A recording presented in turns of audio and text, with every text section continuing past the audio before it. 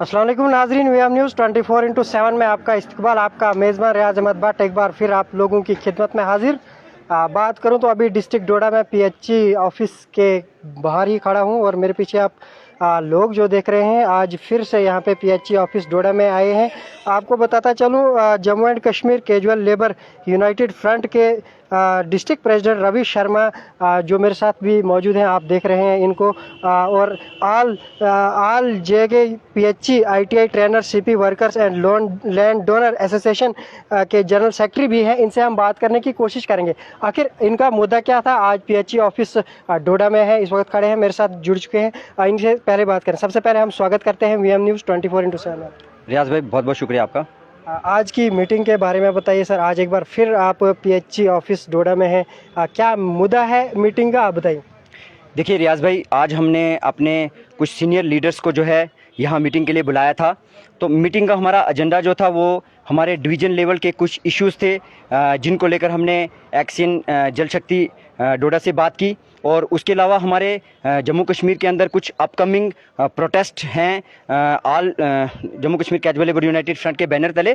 तो इन मुद्दों को लेकर और जो सरकार ने हमारे साथ वायदे किए और अपकमिंग, जैसे मैंने आपको बताया कि हमारे जो प्रोटेस्ट हैं, तो उनको लेकर हमारी सीनियर लीडरशिप की आज यहाँ मीटिंग हुई, जिसमें मेरे साथ ही वाइस प्रेसिडेंट पवन कुमार जी, इरशाद जी और बाकी सेक्शंस की टीम भी मौजूद रही।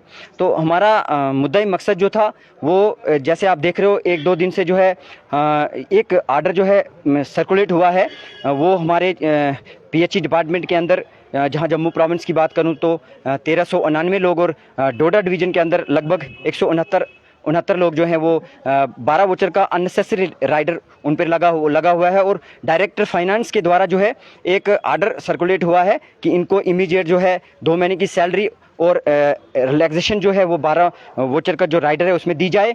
तो उसी सिलसिले में आज हमारी एक्शन साहब से भी बात हुई, और उसके अलावा जो है जैसे सरकार ने जो है ऑल डिपार्टमेंट्स के एचओडीज़ को जो है वो डायरेक्शंस दी हैं कि आप रवा माली साल का जो अभी बजट है उसकी भी प्रिपरेशन करें, और आने वाला जो 22-23 का बजट जो है वो तो उसकी भी प्रिपरेशन जो है वो शुरू हो चुकी है। तो उस सिलसिले में भी हमने आज एक्शन साहब से डिस्कशन की कि क्या डोडा डिवीज़न के अंदर हमारी जितनी भी कैटेगरीज़ के डेली वेजर साथी हैं, तो क्या वो सारे उसमें इस बजट के अंदर जो है उनके लिए प्रोविज़न है। तो बड़े अच्छे माहौल में एक्शन साहब से हमारी मीटिंग हुई, और उन्होंने एश्योर्स किया कि ये मुद्दे जो आपके हैं ये प्रोसेस में हैं, और आने वाले बजट में भी जो है आप के लिए जो है कुछ अच्छा ही होगा। और 12 वोचर के इशू पे भी जो है 2 महीने की इमीडिएट सैलरी की बात हुई है, और आगे उनको जो है जो 12 वोचर का इशू है उसको भी रिवोक किया जाएगा। सर, अब मेरा सवाल यहाँ से शुरू हो जाएगा। कुछ महीने पहले आप प्रोटेस्ट पे आए हुए थे, और लेकिन उनका क्या मसला हल हो गया? देखिए सर, ये लगभग 27 साल का वक्फा जम्मू कश्मीर के अंदर हो चुका है। 94 से लेकर जो है 2021 तक की अगर हम बात करें तो जम्मू कश्मीर का डेली वेजर किसी भी विभाग का हो वो लगातार सड़कों पे है अपने हक की लड़ाई लड़ने के लिए। लेकिन अभी तक जो है वो जम्मू कश्मीर के डेली वेजर को उसके साथ इंसाफ नहीं हुआ है। और इसी सिलसिले में पिछले मैं बात करना चाहूँगा कि जो जम्मू कश्मीर के अंदर डीडीसी के इलेक्शन हुए, तो उन इलेक्शनों के पहले भी जो है हम लोग सड़कों पे थे, और हमारा एक डेलीगेशन जो है दिल्ली में पीएमओ में मंत्री डॉक्टर जितेंद्र सिंह जी से उन्होंने बात करने के लिए बुलाया, और वहाँ भी उन्होंने आश्वासन दिया कि डीडीसी इलेक्शन के बाद जो है हम जम्मू कश्मीर के डेली वेजर्स को एक तोहफा देंगे, और वो होगा मिनिमम वेज एक्ट। वो भी खोखला साबित हुआ। उसके उन्हीं दिनों में जो है जम्मू कश्मीर में एक और डेलीगेशन हमारा जो है माननीय लेफ्टिनेंट गवर्नर मनोज सिन्हा जी से मिला, और उन्होंने भी यही आश्वासन दिया कि अभी जो पूरा प्रशासन जो है वो जम्मू कश्मीर में डीडीसी इलेक्शंस को लेकर व्यस्त है, और इलेक्शन के बाद जो है हम एक कमेटी का गठन करेंगे, और जम्मू कश्मीर में जितने भी डेली वेजर्स हैं उनको हम फेज मैनर्स में जो है रेगुलर करेंगे। लेकिन माननीय लेफ्टिनेंट गवर्नर साहब जो हैं जम्मू कश्मीर के मालिक हैं, एक ऊंची कुर्सी पे बैठे हुए हैं, उनसे तो हमें अभी भी उम्मीदें लगी हुई हैं कि जो उन्होंने वायदा किया है उस वायदे को वो पूरा करेंगे।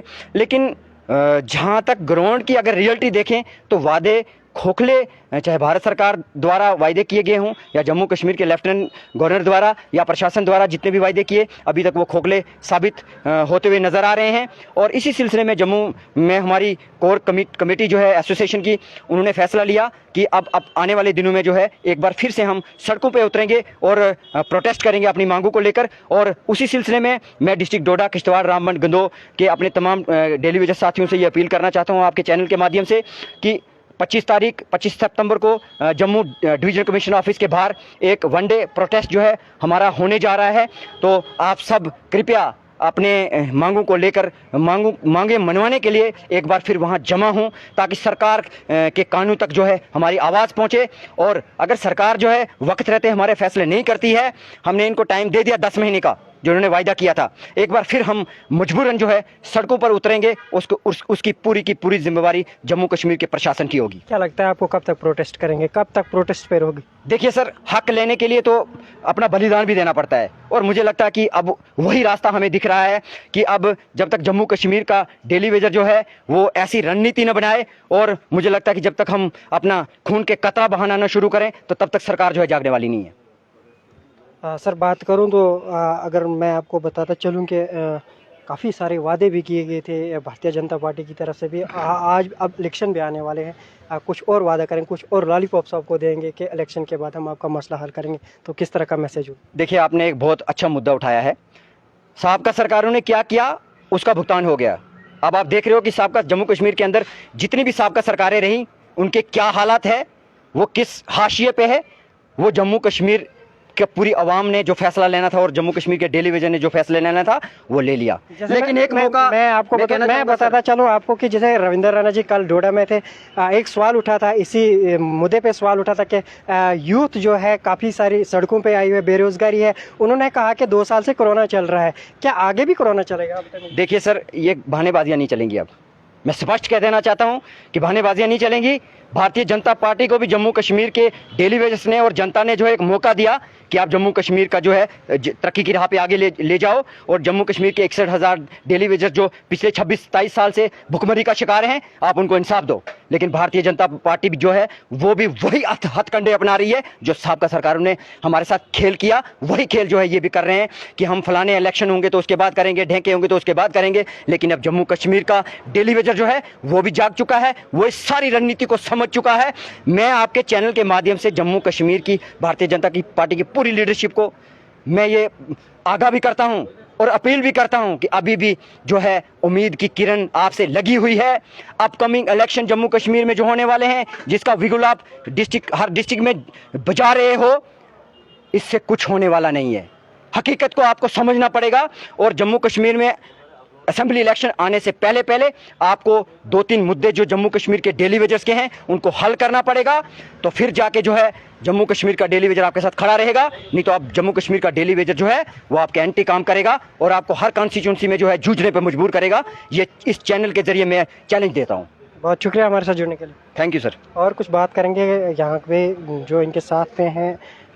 सर आप कहाँ से, आप मुझे बताइए। मेरा नाम पावन सिंह है और मैं वाइस डिस्ट्रिक्ट प्रेसिडेंट हूँ डोडा का। मैं भागवत से ताल्लुक़ रखता हूँ। बताइए क्या मुद्दा है आज जो आपको मीडिया का सामना करना पड़ा, जो हमारे डिस्ट्रिक्ट प्रेसिडेंट यहाँ पे आप रवि शर्मा की क़यादत में यहाँ पे खड़े हैं, बताइए।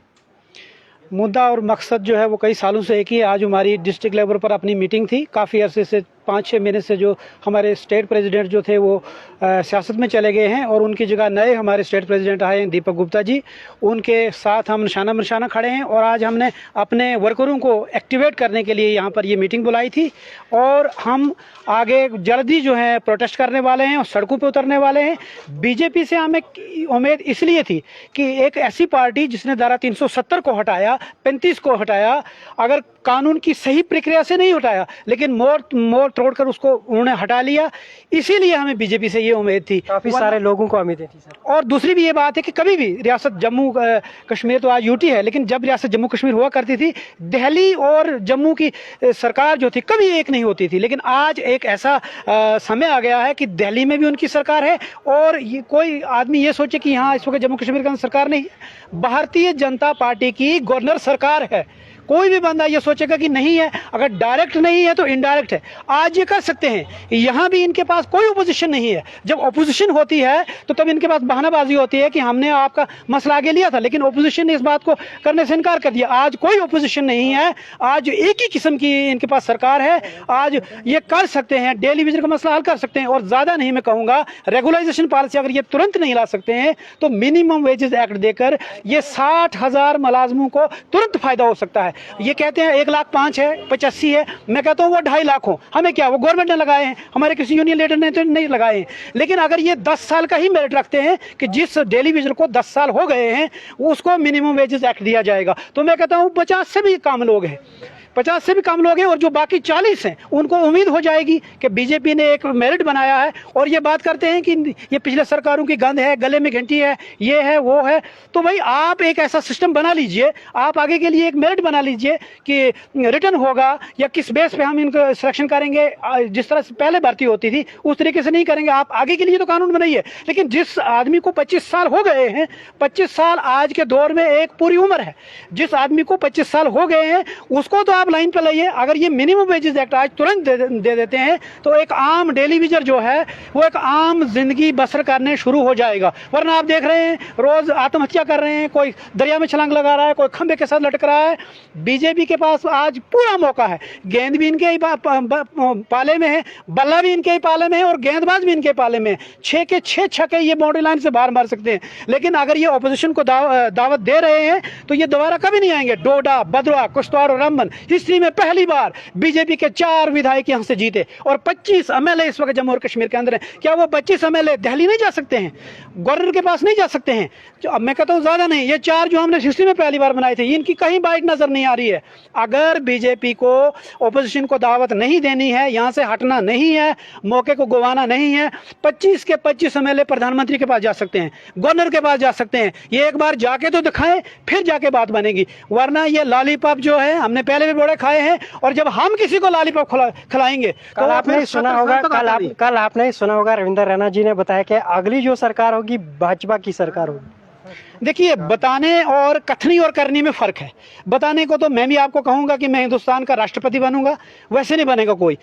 जब तक ना लोगों के अंदर इनका कहना है कि हमने हर वर्ग के इंसान को फायदा दिया है, तो भाई डेली वेजर वर्ग 60,000 लोग या 1,05,000 लोग, 5-7 लाख जनता इनके साथ जुड़ी हुई है, 5-7 लाख जनता जो है दरबदर है। तो आपने हर वर्ग के आदमी को फायदा कहां से दिया है? आप अपने वादे पे खरा तो उतरिए ना, जनता फिर दिखाएगी ना। अगर आप अच्छा करोगे तो अच्छा मिलेगा। और पिछली सरकारें आप देखिए, ओपोजिशन भी कहीं डेली वेजर के साथ खड़ी नहीं है। क्यों? क्योंकि उन्होंने भी लॉलीपॉप खुलवाए थे, वो इसलिए ओपोजिशन में नहीं आ रहे हैं। आप बाकी देखिए, धारा 370 35A के लिए जो ऑपोजिशन है वो सामने आ रही है, मुकाबला कर रही है, लेकिन डेली वेजर के साथ कहीं खड़ी नहीं हो रही है, क्योंकि उन्होंने भी गलतियां की है ना। तो जब हमने किसी पार्टी को चेंज करना होगा ना, हम पिछली लाएंगे ना अगली लाएंगे, हम नई युवा पार्टी जम्मू कश्मीर के अंदर लाएंगे। ऐसी कोई बात नहीं है। शुक्रिया, जय। इस तरह का मैसेज देंगे आप जो 25 तारीख का प्रोटेस्ट होने जा रहा है जम्मू में पूरे ऑल डेली वेजर्स वर्कर्स के लिए, क्या प्रोटेस्ट रहेगा?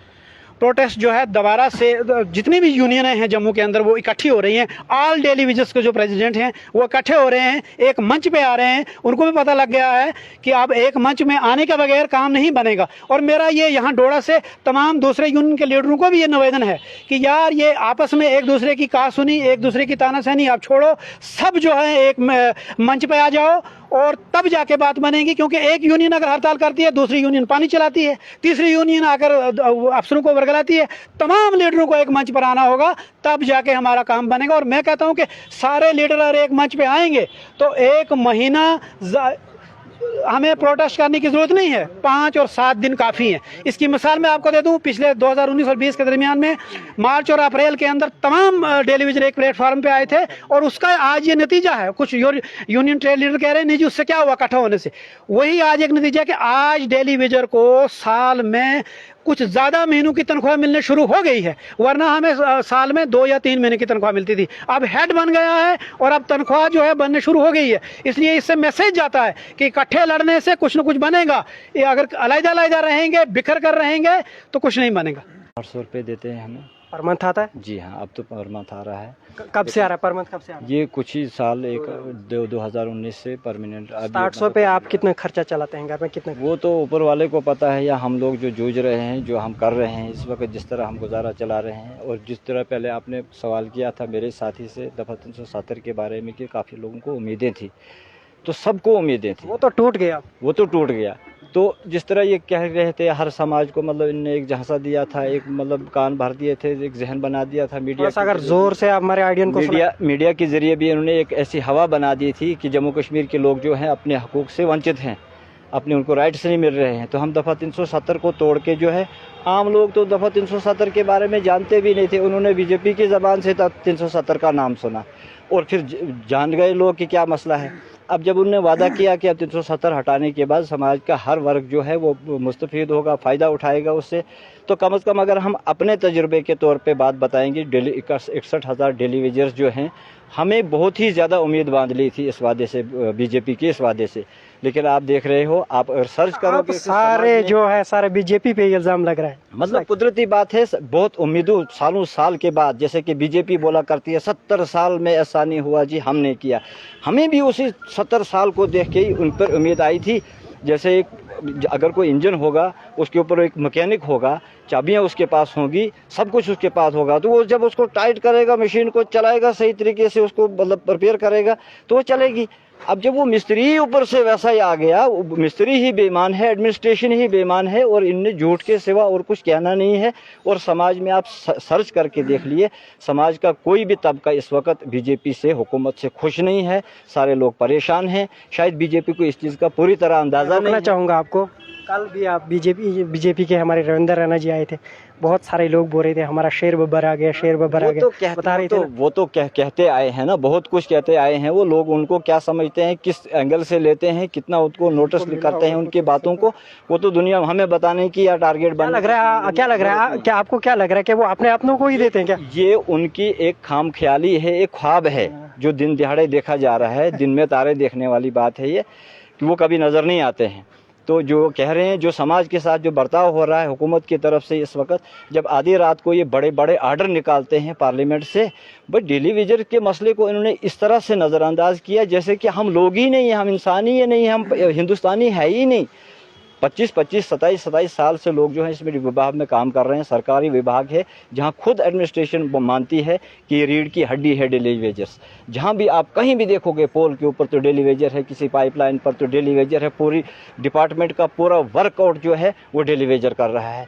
अब मुझे बताइए उनको क्या दिया जा रहा है, उनके साथ वादे क्या किए जा रहे हैं, और सरकार की तरफ से वादे किए जा रहे हैं। ये नहीं कोई अपोजिशन यहाँ पर एजेंडा ला रही है, कोई वो प्रोग्राम तो हम जी इलेक्शन के बाद ऐसा करेंगे। अपकमिंग जो इलेक्शन आ रहे हैं, बीजेपी ऑल पार्टी वर्कर्स की तरफ से किस तरह का मैसेज होगा, आपकी डेली वेजर्स की तरफ से किस तरह का मैसेज होगा? जिस तरह डेली वेजर्स ने पहले एक उम्मीद के साथ बीजेपी का साथ दिया था पिछले इलेक्शन में, यहाँ तक कि डीडीसी इलेक्शन में भी भरपूर साथ देकर इनको कामयाब किया, इसी उम्मीद पर के ले दे के बीजेपी डेली वेजर्स का काम करेगी। लेकिन अब मैक्सिमम डेली वेजर्स जितनी एसोसिएशन से इकट्ठी हो गई हैं, यूनाइट हो गई हैं, और एक फ़ैसला ले लिया है कि अगर इलेक्शन से पहले बीजेपी को अपनी इज्जत बचानी होगी, अपनी कुर्सी बचानी होगी, अपनी सरकार बचानी होगी। अदरवाइज़ आपने पीडीपी का, एनसी का, कांग्रेस का हाल देख लिया। जब अवाम मुखालफ हो जाती है, जब आम तबका, समाज का गरीब तबका जब मुखालफ हो जाता है, तो कोई भी सरकार टिके नहीं टिकती है।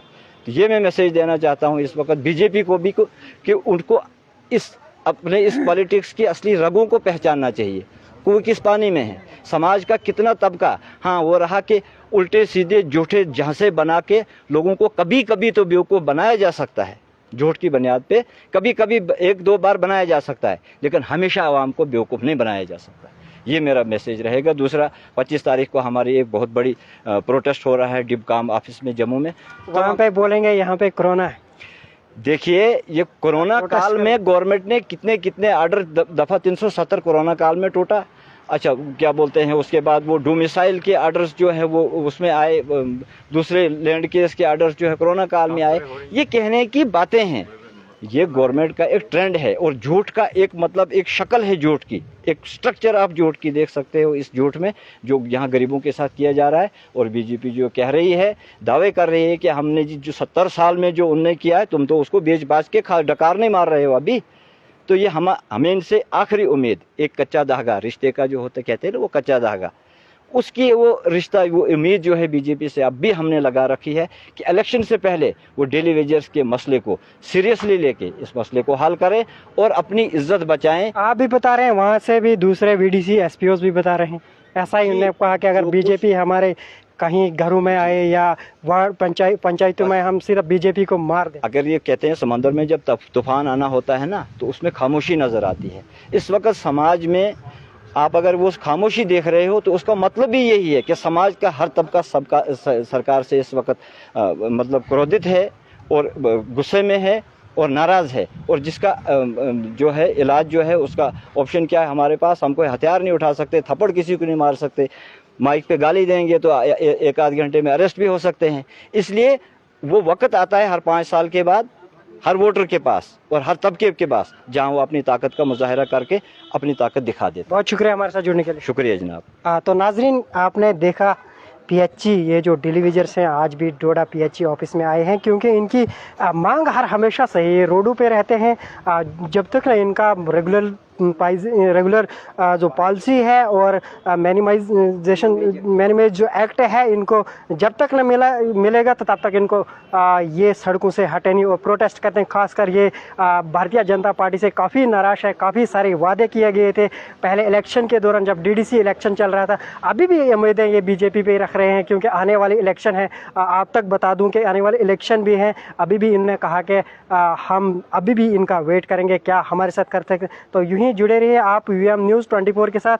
अपने मेज़बान रियाज अहमद भट्ट को दीजिए इजाज़त। खुदा हाफिज़।